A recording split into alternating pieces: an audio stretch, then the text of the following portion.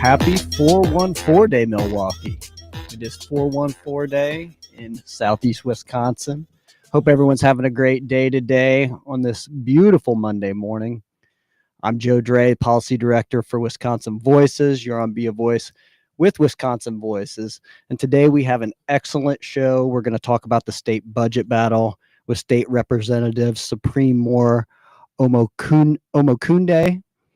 And we are going to go to him now. We have him on the phone. Good morning, sir. How are you? I'm good. How are you? Doing wonderful. It's a beautiful day out there today, huh? Absolutely. Yeah. Well, hey, wanted to thank you for being on our show today. Maybe you could start off by just telling us a little bit about yourself and why you wanted to be a state representative. Long story short, Supreme Moore Omokunde. Someone who grew up in the city of Milwaukee. I love the city of Milwaukee. Happy 414 Day to everybody that's listening. I wanted to make sure that I was doing something that further progressed what it was that I was getting as a young person. That people always say I want to give back, but really it's about furthering that continual process. And so I wanted to be in the assembly so I could fight for things that I cared about. Things like housing, things like climate justice, things like education, etc. And I saw that I had the ability to do that before I got to the assembly. I was on the county board for 5 years. And some of the things that I really wanted to fight for had a state answer. And so I reached out to some individuals and got some support. And when there was an open seat, I ran for the assembly. Awesome. Awesome. So for our listeners out there that may not know what an assembly representative does, could you tell us a little bit about what you do in that position? Sure. So the state assembly person is in the legislative branch of county government. We represent about 60,000 folks. And there are 99 members of the Wisconsin State Assembly representing all parts of the state of Wisconsin. There are 33 state senators, and there are 3 assembly districts within the Senate district.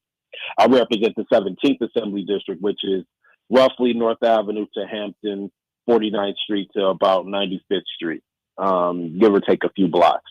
And what we do is we pass legislation that the governor has to sign. It passes the assembly, also the Senate, and then the governor would sign for it to become law. And we deal with things like education. We deal with things like housing. We have traffic calming rules that we deal with. We deal with child care dollars, et cetera. A lot of the money that flows throughout the state of Wisconsin comes from Madison, and we make those important decisions every day. We're making decisions that impact people's lives. And how much money can get spent on what. Yeah, and that's what we're here to talk about today. There's an important issue out there that we've heard from our partners, we've heard from people in the community, a lot of chitter chatter about this budget battle that's coming up. So maybe you can explain a little bit about the process of how a budget is developed and approved in Wisconsin. Sure. So first and foremost, the executive branch, which is the governor, he has a conversation with the departments about their budgets. They submit them, and he develops one based upon the dialogue he has with them. He then gives a budget address to a joint meeting of the Senate and the Assembly, which makes his budget public. Then it goes to the Joint Committee on Finance, and they accept it. And once it passes, they have public hearings, and then they have executive sessions. And once it passes there, it goes to the Senate and the Assembly for final vote. And then it goes back to the governor, and the governor then signs or vetoes the bill in whole or in part. Sounds like quite the process there, going through that budget and a lot that goes into it, a lot of input, a lot of listening, I would assume. Yeah. So why does Wisconsin use a biennial budget cycle instead of an annual one? So this is done, I think, largely to provide a degree of consistency, because passing the budget is a huge task. And sometimes I'm surprised that we can get a biennial budget done, let alone an annual one. Once the biennial budget is passed, state agencies then have about 18 months to operate under the new budget. When I was on the county board, we did a budget every year. And I think it's for logistic purposes. I think we would spend a great deal more time trying to deal with the budget if we did it annually. I'm sure that our folks at the Legislative Fiscal Bureau have a more eloquent answer than that, but I think it's really just logistics. And it gives our departments time to kind of do what it is they need to do. And we don't have as much time to be coming back every year as a local government might be able to do. Right, right. So can you walk us through maybe that full timeline of the state budget process and kind of, how long it takes and when we can expect a final budget and approved budget? Well, you can expect it any time. However, I'll say this. Governor Evers, he's been really good. He's been doing listening sessions with constituents about his budget ever since he became governor. And so he starts in about December, where he goes into communities, does listening sessions, listens to people, and then he starts his conversations with the state agencies and the departments. He then gives a budget address, which is like in February. He highlights items that the governor is like most excited about. The budget is generally then released like in full immediately following the budget address, and the Joint Finance Committee goes and accepts or rejects it. And then from there, you have the Joint Committee on Finance as a road show, which takes place in like April and May. We've had two already in Kaukauna and in West Dallas, and then there's going to be two more in Hayward and Wausau on the 28th and 29th. This is another opportunity for the public to weigh in on the things that they support or oppose in the budget. And then ideally, we would vote on the budget on the floor in June or July. However, politics is always going to have its place. There's some plans that Republicans may have, which may extend the budget or put it out there. But I think, in a perfect world, June or July is when we pass the budget. Awesome. Thank you. What role does the Joint Finance Committee play in shaping the budget? I know that we hear about them all the time, but what are they and how do they play into this process? Well, the Joint Committee on Finance, it's a joint committee, so it's the Assembly and it's the Senate together, and so the co-chairs are Senator Markline and the other chair is Representative Bourne. And they co-chair the committee together, and they play a critical role. They play the role. And which party has the majority in the House and the Senate depends on the kind of role that they play. Also, right now, Republicans have the majority in the Assembly and in the Senate. And what typically happens is Governor Evers proposes a budget, and Republicans remove any of the things he puts in the budget and starts over. We call that going back to base, and then they add the things that they want to add, and having vote the committee to do so, they can just determine what else they're going to do once they build that budget back up. Fantastic. So what happens during budget hearings, and who gets to testify? Does anyone get to testify at those hearings? Well, it depends on which hearings you're talking about. I think departments will come to the Joint Committee on Finance to give testimony on their budget, and that's when they come to defend their department's budget. During the roadshow, the committee travels to the 4 parts of the state who hear directly from constituents, the advocacy groups, from local elected officials, and other union members, educators, etc., who all receive funding from the state of Wisconsin. All right. So maybe you could talk about some of the key priorities in the budget this year, maybe your own key priorities, and maybe some of those, of your constituents and some of those of your colleagues there. What are some of the main takeaways from the budget this year? Right. I mean, there's a lot of good takeaways. Governor Evers, he's named 2025 the year of the kid. And so there are many provisions in the budget that help to support our young people, i.e. child care councils is a $440 million program, and he wants to do fun things like our Head Start program. Our Head Start programs, they come to us for a reimbursement. They have to spend the money. They get reimbursed through child care counts. Some of the things that I'm most excited about, There's a couple of them. Uh, the governor has these office requests that he does with us, what do you want to see in the budget.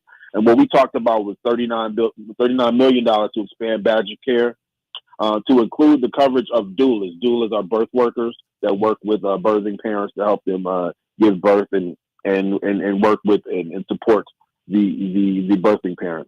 We also wanted to have $60 million for traffic calming grants to combat reckless driving, which is something that I hear about, that you hear about no matter where you represent. You hear about reckless driving, and there's a number of things that we can do to combat reckless driving.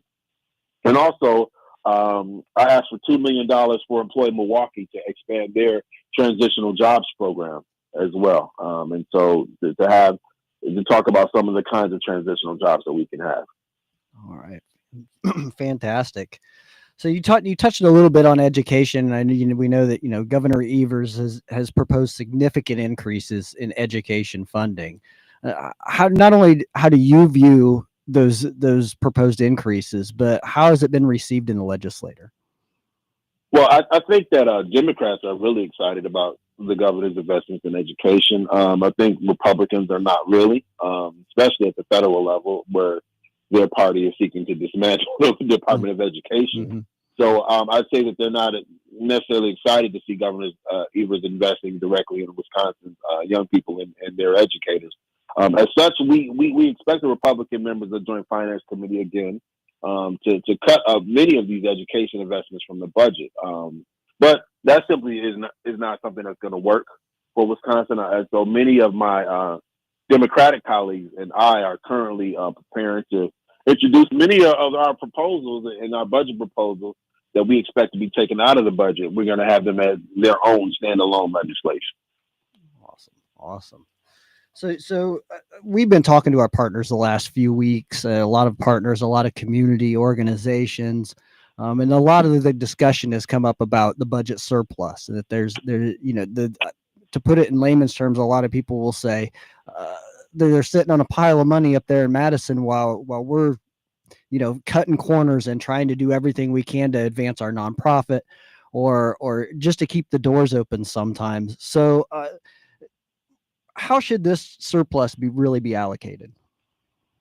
Right. So personally, I like to see a lot of it go to a 90% special education reimbursement match at our schools. Me and my colleagues who serve in the Milwaukee delegation have actually submitted a letter to the governor. We requested that he use the surplus just for that.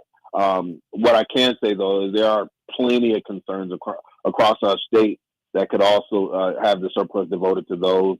Talking about looking at our streets to combat reckless driving, postpartum Medicaid expansion, which is a bill that's in the assembly right now, healthy school meals for our children. The list goes on and on and on. And I will quote something that my senator, LaTanya Johnson, always said: when you have a surplus, there's something that you aren't paying for.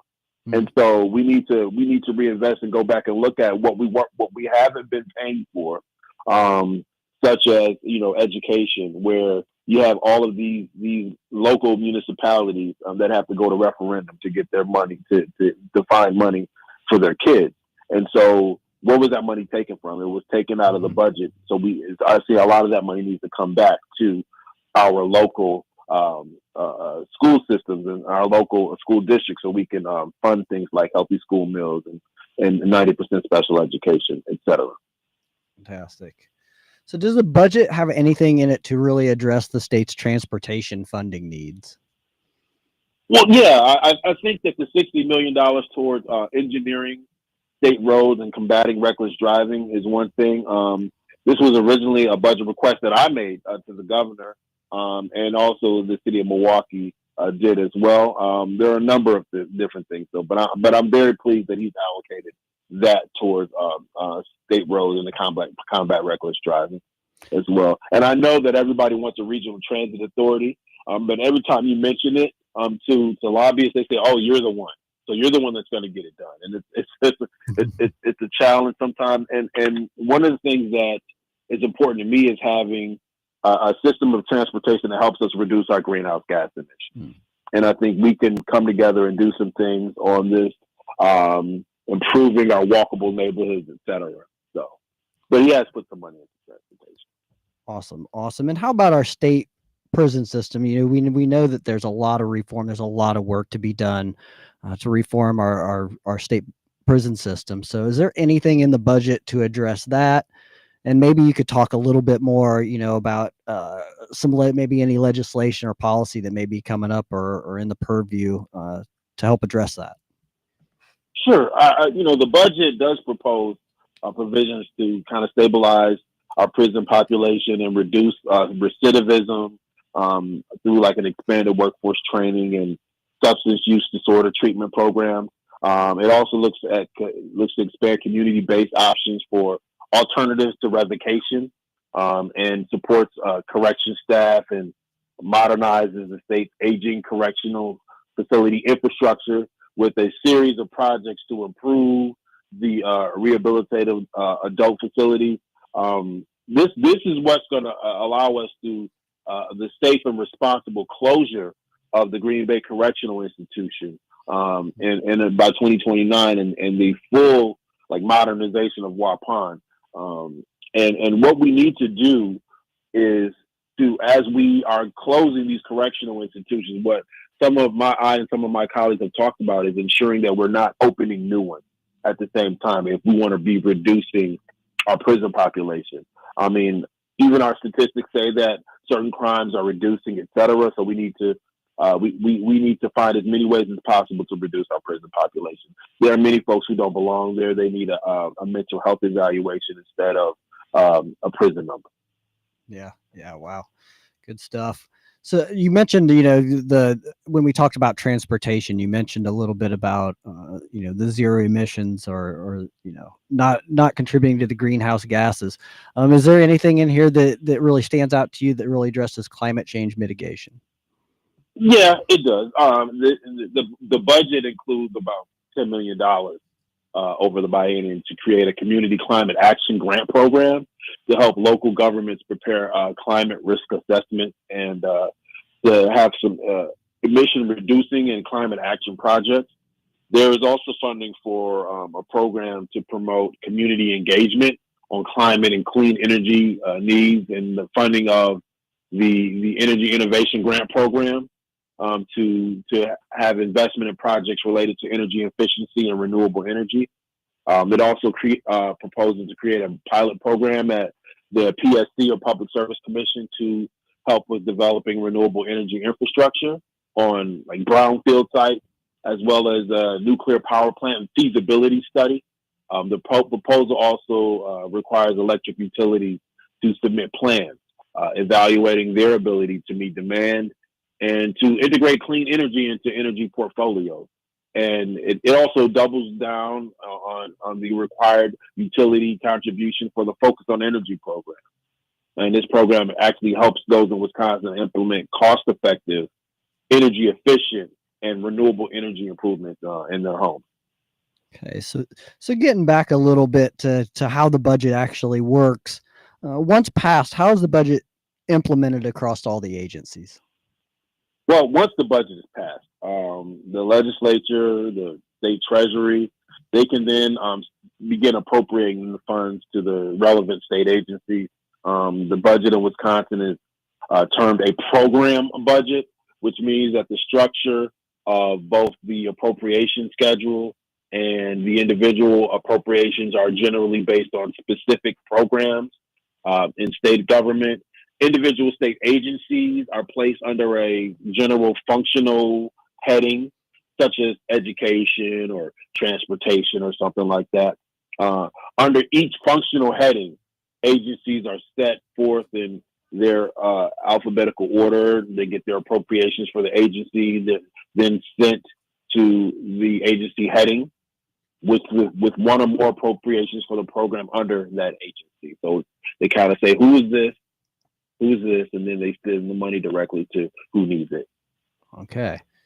So for our listeners, how can they get involved in the budget process? How can they make sure that the budget reflects the things that they care about the most and the things that they care about in their community? Well, I'd say attend the roadshow listening session wherever the Joint Committee on Finance comes to your area. Make sure that you're there.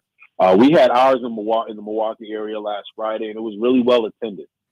There are two more on the 28th and 29th in Hayward, Wisconsin, and Wausau, Wisconsin. Those start at about 10 a.m. They go from 10 a.m. to 5 p.m. And sometimes if folks don't get a chance to testify at previous road shows, what they'll do is they'll travel to another one to be heard there. I always suggest that folks try to get there a couple hours early because people turn those slips in and they start counting them off, and then they may not get to them because they go from 10 a.m. to 5 p.m. and they cut it off at 5 p.m. Other than that, I would tell folks to contact their members of the Joint Committee on Finance directly. I'm very fortunate that my neighbor and Senator LaTanya Johnson is a member of the Joint Committee on Finance. Also, individual members may be holding their own listening sessions in the district where you can learn more about that process and what their priorities are. Myself, Senator Johnson, Representatives Haywood and Arney held a joint session on March 26th, and I think that we'll be holding some post removal sessions as well, because a lot of times many folks are like, look, I know what Republicans are going to do, so let me know once they do what they're going to do with the budget, and let me know what's being proposed at that time. And so we might host a post removal session, if you will. So how can we all keep track of this? Is there a way that we can see where the budget is and see how our representative voted on the budget or on certain things? Is there any way to keep track of it for everyone out there? Yeah, you could just go to the Department of Education website, the Department of Administration website for the budget.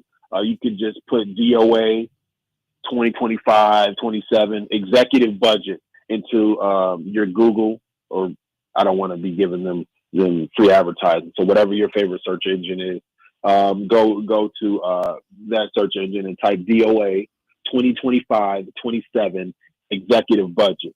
And this year the budget is also Assembly Bill 50. So folks can track their budget process via the Wisconsin State Assembly or Wisconsin State Legislature's website for Assembly Bill 50. 2025 Assembly Bill 50, because it was 63, I think, last time. But it's Assembly Bill 50, 2025 Assembly Bill 50, and that'll tell you everything you need to know about the budget. Awesome. Is there anything else that we may not have covered today that you want to add for our listeners out there? Yes, a couple of things that I'm working on. I just left a meeting with the Common Council where they are supporting a bill that we have that would recognize Vel Phillips' birthday as a special observance day in the state of Wisconsin. It's something that's really important. And actually, an educating constituent who's an educator, not from Milwaukee, approached the Wisconsin Legislative Black Caucus and said, this is something that needs to be done. We see all these white men who get their special observance days, other people, and people who are not from Wisconsin. Here in the state of Wisconsin, we have an incredible giant. It's amazing that you can call somebody who was 4'10", 120 pounds soaking wet a giant. However, that is exactly who she is. Mm-hmm. She needs a special observance day. And we also have the Climate Accountability Act, which says we need to reduce our greenhouse gas emissions by 52% by 2030, which is in the next 5 years, to get us on the road to net zero by 2050. And there's some real ways that we can do that. I think that we just need to have the political will to do so. And this bill says that we will take into all account everything that does that. And so those are two bills that I'm working on, two really things that I'm working on immediately right now. When I get to Madison tomorrow, actually I have some meetings on this. So all right. I want to thank everybody for their support on those things too. Yeah. State Representative Supremore Omokunde, thank you so much for being a guest on Be a Voice with Wisconsin Voices. I think that, we're all a little bit more well-versed on the state budget and how that works and what's at stake. So thank you for being a guest. Thank you. I appreciate you. Take it easy. All right. We're going to take a quick break here. This is Be a Voice with Wisconsin Voices on WNOV 860 AM, 106.5 FM. We'll be right back.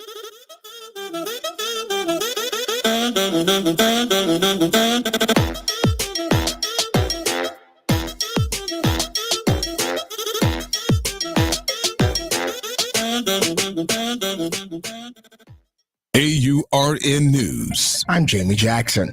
As President Trump approaches his first 100 days of his second term on April 30th, a new poll reveals mixed feelings among voters about his economic policies and ongoing tariff war. A recent Quinnipiac University poll found nearly 3/4 of voters think the tariffs will hurt the economy in the short term. More than half say the economic harm could extend further into the future. The poll shows divisions even within political parties. 44% of Republicans say tariffs will have short-term economic consequences, while among independents, the number jumps significantly to 77%. President Trump's overall approval rating has slipped slightly from 42% in March down to 41% this month.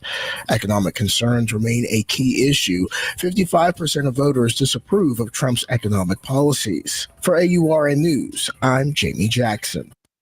I'm Andrea Albers with this TMJ4 News update. We expect to hear more from the Milwaukee Health Department today on how the city's request for federal aid to address the lead crisis in Milwaukee public schools was denied. An email from the Centers for Disease Control and Prevention sent April 3rd points to the complete loss of their lead program. UWM is expected to hold a demonstration today in support of international students. It comes as more international students in Wisconsin are receiving notice their student visas have been revoked. At last check, 13 international students on UW Milwaukee's campus alone have had their visas revoked. Today is April 14th, which means it's 414 Day, the annual celebration of all things Milwaukee. The festivities begin in the morning outside City Hall, where a giant 414 banner will be on display. The Big Gig is offering special 3-day passes for $41.40. The deal runs through 11:59 tonight, and tickets are only available on the Summerfest website. And the NBA playoffs are now set with the Bucks locked into that 5 seed. They'll face the 4th-seeded Indiana Pacers for the second straight year in a row. Milwaukee heads into the playoffs riding an 8-game win streak, and they won 3 out of 4 games against the Pacers this season. Game 1 set for Saturday at noon. To watch and read these stories and more, go to tmj4.com. Here's your updated forecast. Partial sunshine develops here for today. We'll see high in the low 60s. Breezy west winds around 15 to 20 miles per hour, gusting as high as 35. For tonight, a chance for rain showers here late, cloudy and a low near 38. By Tuesday, skies become mostly sunny, high 49 degrees. Then by Wednesday, sunshine, high 48. Thursday, chance for rain late, a high 57 degrees. I'm meteorologist Jennifer Wojcicki on AM 860, The Voice. Remembering what we stand for. At Wisconsin Voices, we remember what we stand for. Check out our movement dedicated to empowering citizens and shaping the future. Engage with us on our website, social media, and podcast to make a difference. Visit wisconsinvoices.org. Explore our events calendar, like and subscribe to us on social media. Listen to recent podcasts and radio, and subscribe to our email and newsletter. Amplify your voice and be a voice today. You're listening to Wisconsin Voices Be a Voice Radio. Follow us at BAWI Voice and learn more at wisconsinvoices.org. Wisconsin Voices' 3 pillars are protecting democracy. Your vote is your voice. Wisconsin Voices works to protect democracy in Wisconsin by fighting voter suppression, promoting voting rights, and ensuring fair elections for all. Teaching advocacy. Teaching advocacy empowers and educates advocates in Wisconsin by offering training, resources, and support to enhance their skills, fostering a more informed and effective advocacy community for social and economic change. Building community. Wisconsin Voices builds strong communities for a healthy democracy by collaborating with diverse partners, creating networks for positive change, and fostering a sense of belonging and common purpose. Learn more about Wisconsin Voices by going to wisconsinvoices.org. Learn more about what our partners are doing by visiting the events calendar. Listen to recent episodes by going to our podcast and radio. Get involved today. WNOV 860 and W293CX 106.5 Milwaukee.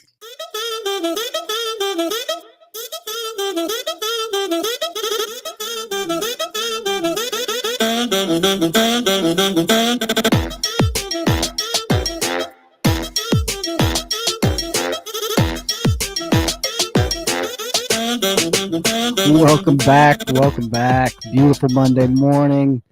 Be a Voice with Wisconsin Voices. I'm Joe Dre, Policy Director for Wisconsin Voices.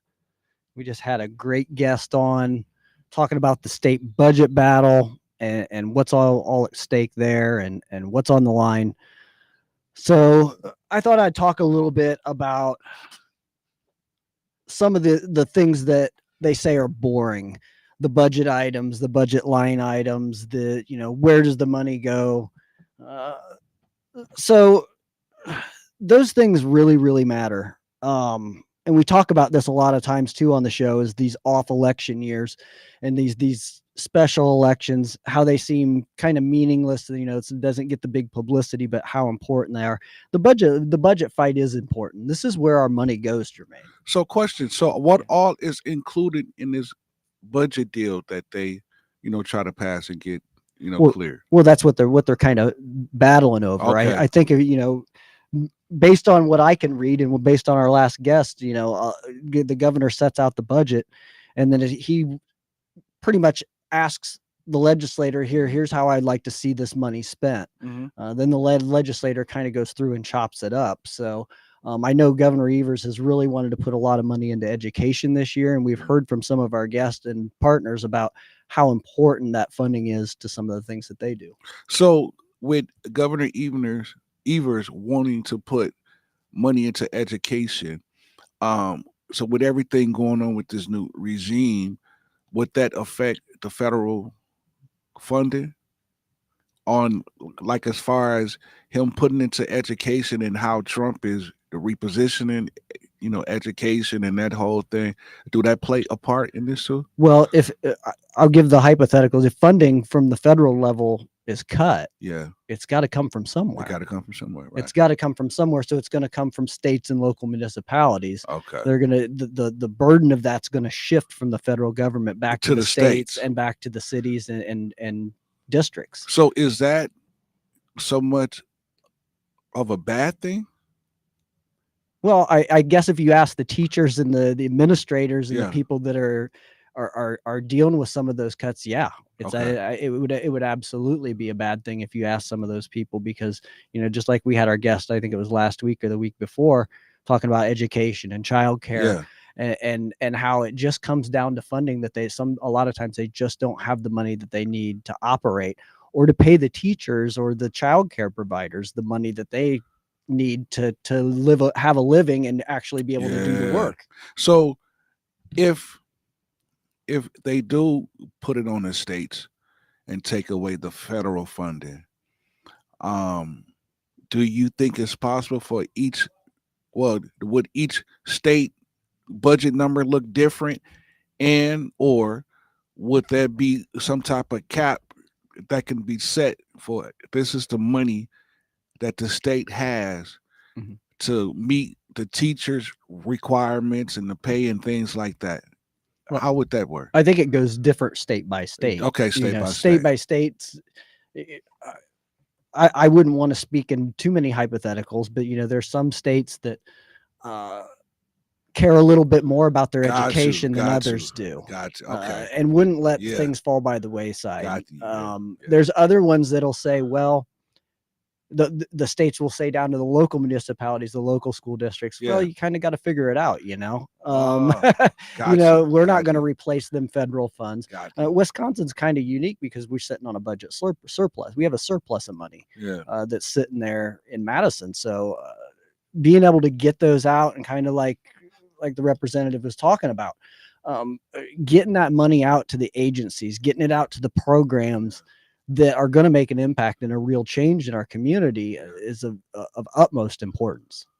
Yeah. Wow. Yeah.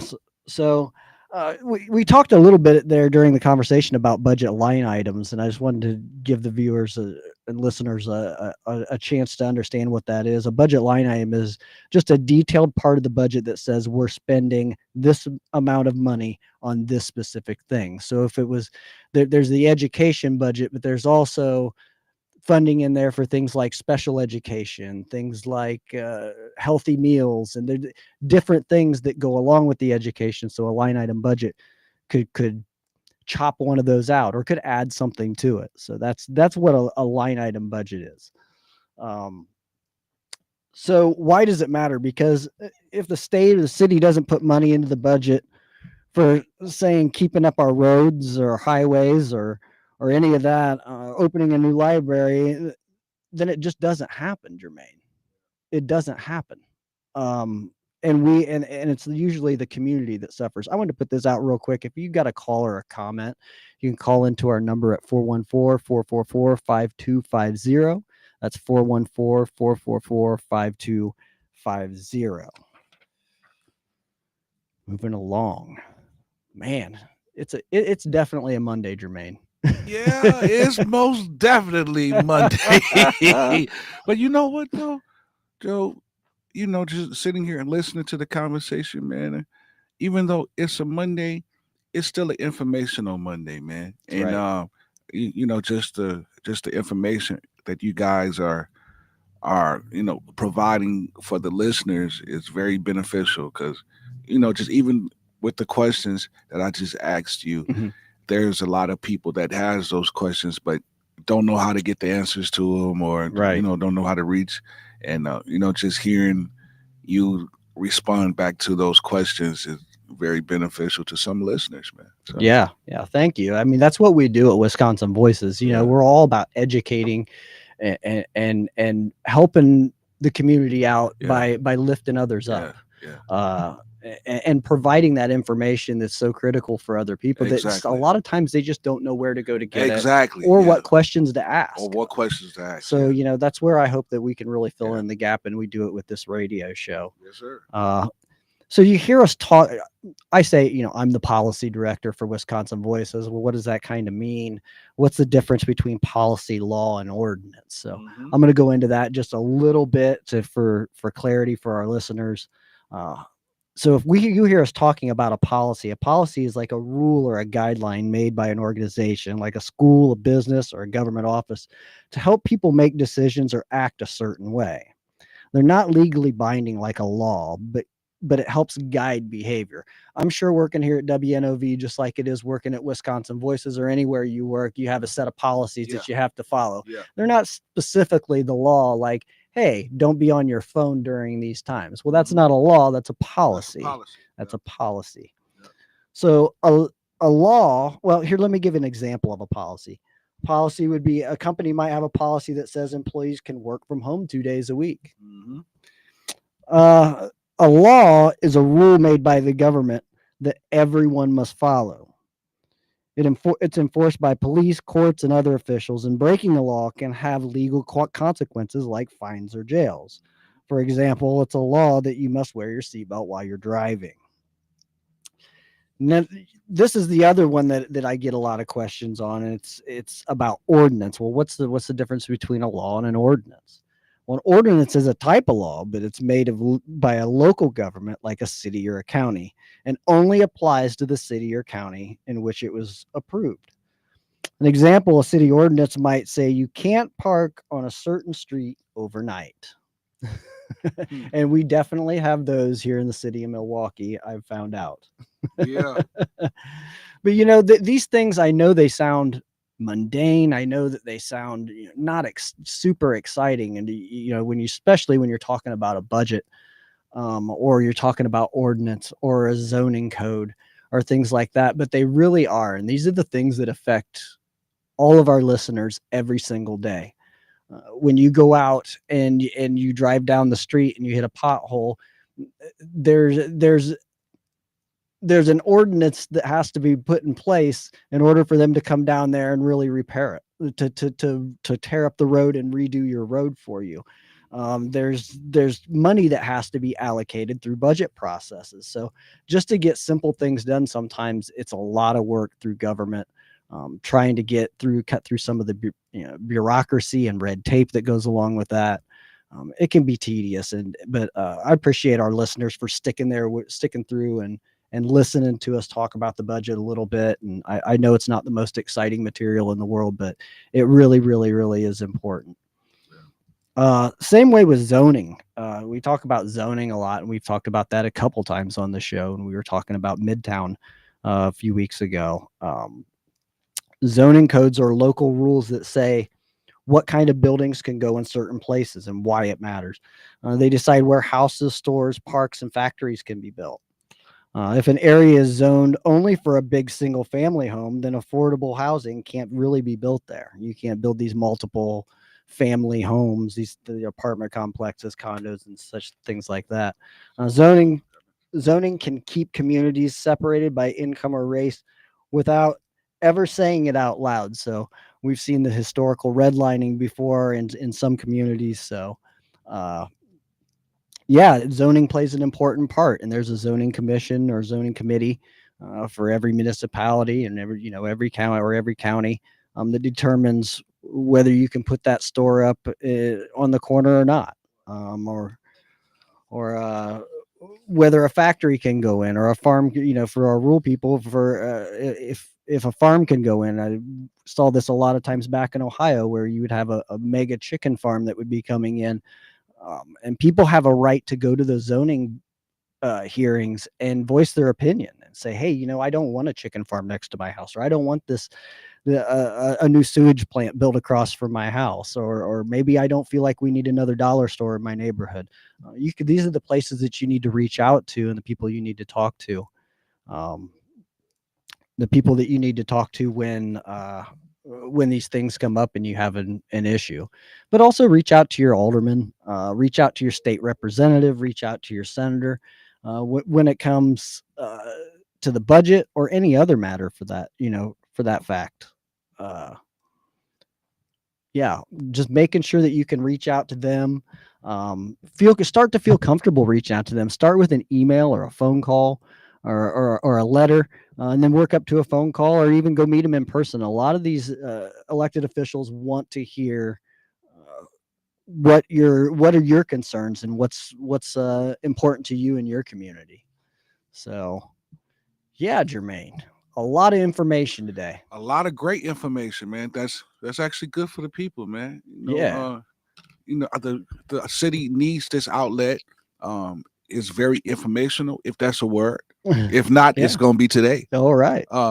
But the city needs this, and you guys provide that missing piece, man, that the people need, man. Yeah. So yeah, man, I made a great job with the information, man. Appreciate it. Yes, Appreciate sir. it. So just off topic, what are you going to be doing for 414 day?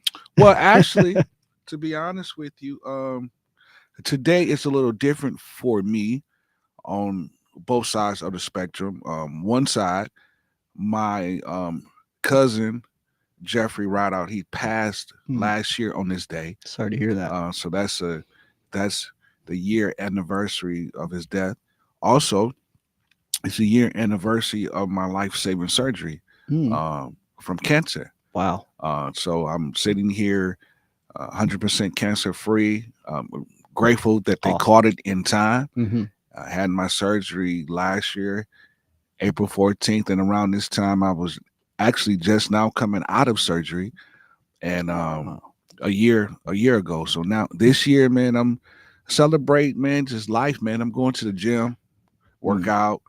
I give me a nice little lunch, and just celebrate life, man, and milestones, man. So gives you a different perspective on life. Yeah, man.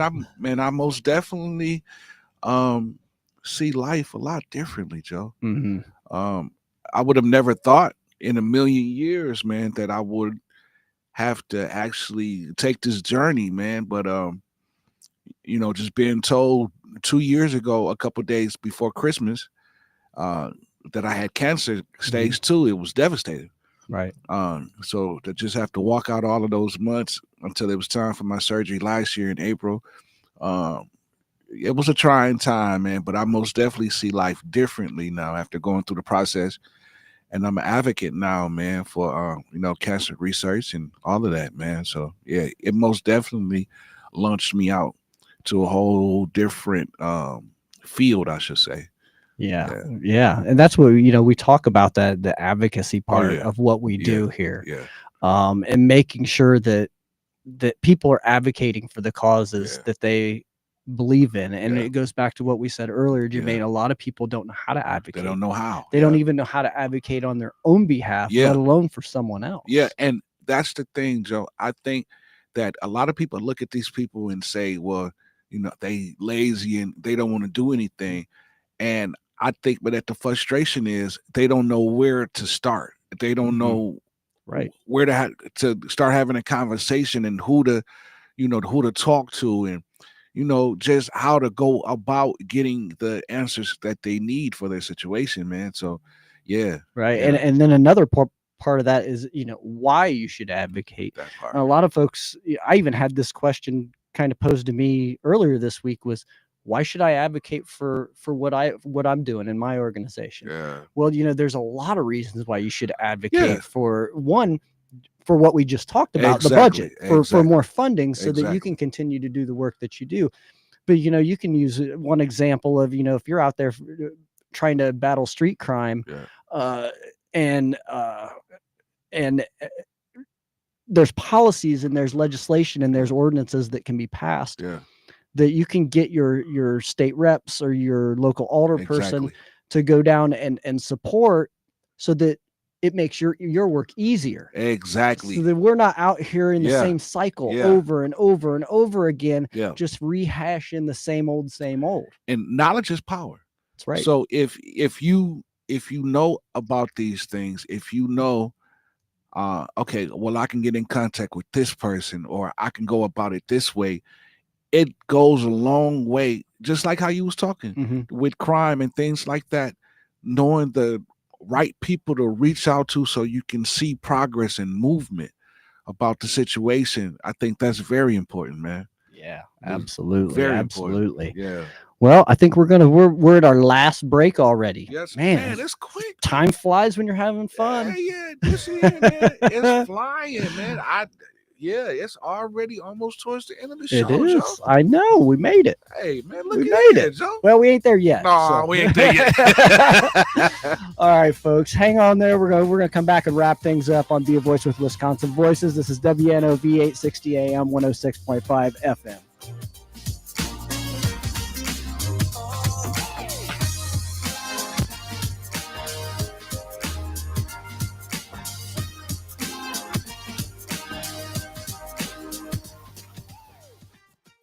AURN News. I'm Jamie Jackson. As President Trump approaches his first 100 days of his second term on April 30th, a new poll reveals mixed feelings among voters about his economic policies and ongoing tariff war.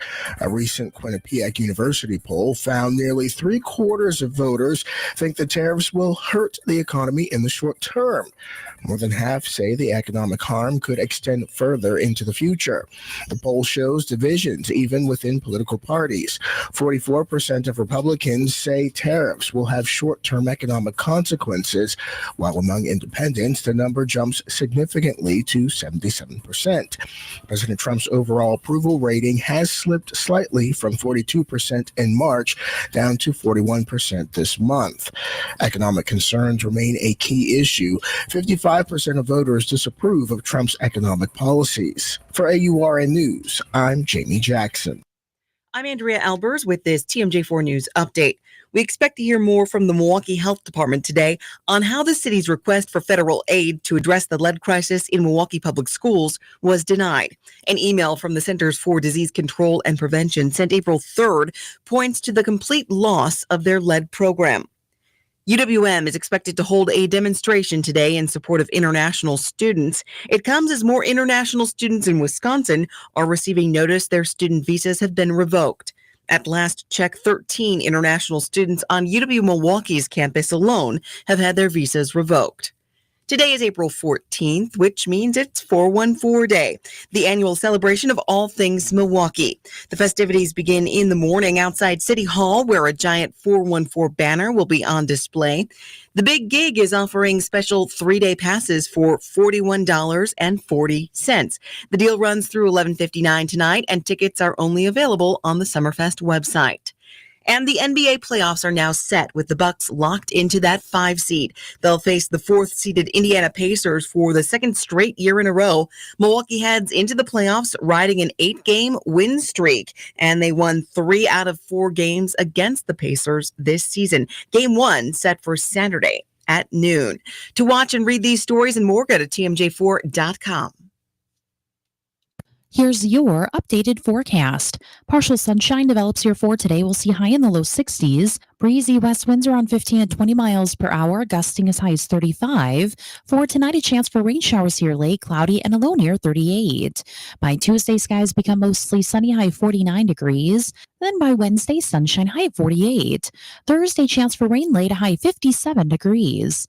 I'm meteorologist Jennifer Wojcicki on AM 860, The Voice. Hey Milwaukee, tune in to Be a Voice Radio, discussing the latest local and national community and civic topics that matter to you the most. Every Monday and Tuesday at 11 a.m. on 860 WNOV and 106.5 FM. Remembering what we stand for. At Wisconsin Voices, we remember what we stand for. Check out our movement dedicated to empowering citizens and shaping the future. Engage with us on our website, social media, and podcast to make a difference. Visit wisconsinvoices.org. Explore our events calendar, like and subscribe to us on social media. Listen to recent podcasts and radio, and subscribe to our email and newsletter. Amplify your voice and be a voice today. You're listening to Wisconsin Voices, Be a Voice Radio. Follow us at BAWI Voice and learn more at wisconsinvoices.org. WNOV 860 and W293CX 106.5 Milwaukee.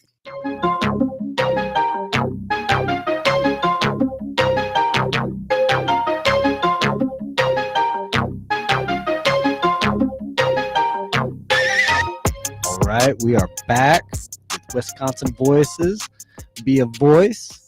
WNOV 860 AM 106.5 FM. I'm Joe Dre, Policy Director for Wisconsin Voices. We've been talking about the state budget. We heard from a state representative, and we just kind of been chatting back and forth about some of the things that were in the state budget. But we was talking a little bit about advocating on for your own behalf or for others when we was getting ready to close out the last segment. And I just wanted to share just a few things that you can do to enact change on not only on the budget, but on other issues that you find important to you. First and most important thing you can do is go vote. Go vote, register to vote, and then go vote. You can go to myvote.wi.gov. That's going to give you all the information that you need. It's going to show you if you're registered or not, how you can register, what you're going to need to register, and where to vote. It's going to give you all that great information. So that's myvote.wi.gov. Make sure you look that up. Make sure you have a voting plan on how you're going to get there, when you're going to vote. Are you going to vote early in person? Are you going to vote absentee? Are you going to vote day of? How are you going to do that? And I know we don't have an election like right around the corner yet, but it'll be here before you know it. So now's the time to really get out there and learn about what the process is, what's going on, what legislation is on the table, and if your representative, senator, state senator, assembly person, if they're voting and supporting and co-authoring the things that matter to you the most. Another thing you can do is just look up who your reps are and who your alder person is. Write that down somewhere. Make a list of their email address, phone numbers, who they are, what district you're in. Maybe that's my homework for the listeners this week, Jermaine, is for them to go look up all their representatives, their city council, their supervisors, all that, and just to know who they are. So when you hear that their name in the news, like so-and-so supported this bill, so-and-so co-authored this bill, you know who that is. And you'll be able to hold those people accountable that had, did certain things after they promised you certain things and didn't live up to the promise. That's right. Now you know who to hold accountable for certain situations. Or on the positive flip side, if they do something you really like. Exactly. And I can tell you as a former elected official, we don't get these letters often enough. Wow. That when we do something that's really, really good, there's really nobody there to pat you on the back and say, hey, that was a great piece of legislation you wrote there and got that through. That really helped us out. Usually it's the opposite. Usually it's someone has a problem or a complaint and they really just want to want to let you hear it. Yeah. But yeah, so I if it definitely send those positive vibes out. Yeah, I think when they do something great, do something positive, like you said, to just receive some positive affirmation or some positive response back from the people makes your job easier, and it makes you want to keep going harder. Right. Because you know that the people appreciate you going hard, not only for yourself but for them as well. So Well, as an elected official, you'll know that you're in lockstep with your community too. Yeah.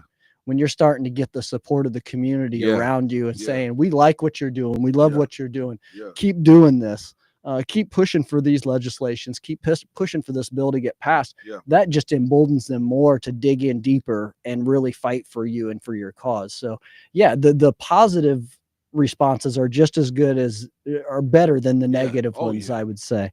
But definitely we want to hold those elected officials accountable as well.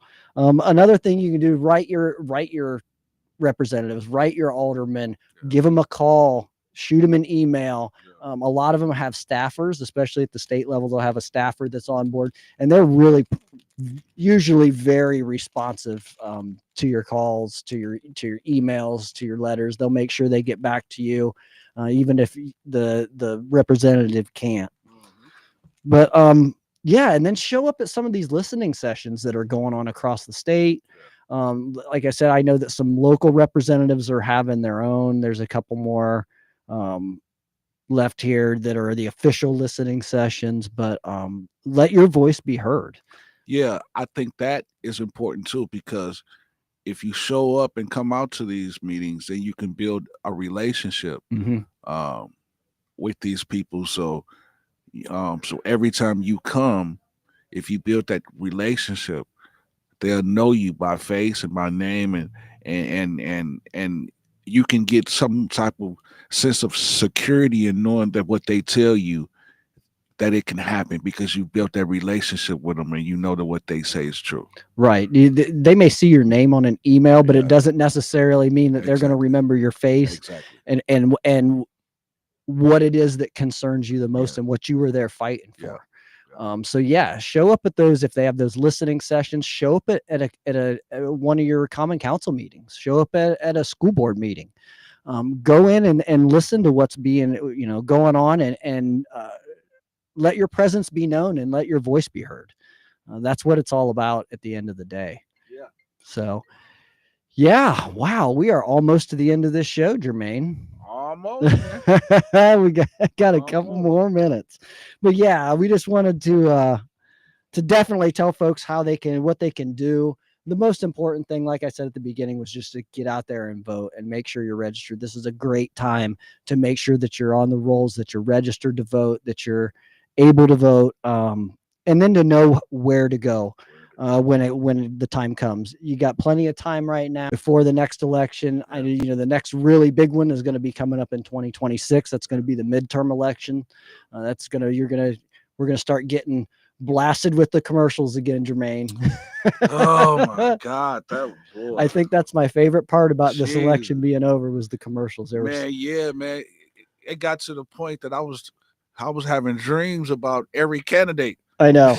Heard it so much. It was like, I know you couldn't watch a sports game or you couldn't watch anything without hearing about it. So yeah, it's going to be that season again. So, before all the noise starts, before all the advertisements start, before all this starts, really get out there and research your candidates. Very important. Because this is going to be so important. Because all you're going to hear is a lot of rhetoric around that election time. Right now, you don't have that rhetoric. You don't have all that. You can really go in and look and see what they're doing and see what they're talking about. It's going to get to who they are as a representative and how they represent you. Yeah, you're right. Yeah. Great show, John. All right. Thanks, man. Thanks. Did it today without, I got to give a shout out to my co-host, Brian Sanders. He's out today. Rest of the crew too, back at the office, man. I couldn't do it without the whole team there. It's a whole team. Hopefully we can get them all on here one of these days. But this is Be a Voice with Wisconsin Voices. Again, Joe Dre, Policy Director for Wisconsin Voices on WNOV 860 AM, 106.5 FM. Have a fantastic 414 day, Milwaukee.